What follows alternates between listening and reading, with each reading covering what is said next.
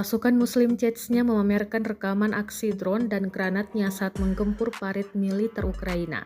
Sejumlah parit Ukraina tampak mandi granat. Rekamannya beredar di Telegram pada Senin 20 Mei 2024. Dalam keterangan unggahan disebutkan, Resimen ke-204 pasukan khusus Chechnya mengerahkan drone yang ditempeli granat. Drone yang dikendalikan operator Chechnya buru-buru melempar granat hingga menyebabkan parit militer Ukraina membara. Awak UAV terus menciptakan mimpi buruk bagi ruang galian Ukraina, tulis pasukan khusus Chechnya. Tidak dirincikan total kerugian yang diderita militer Ukraina akibat gempuran granat ini. Kendati demikian, rekamannya kini telah menuai berbagai komentar dari warganet.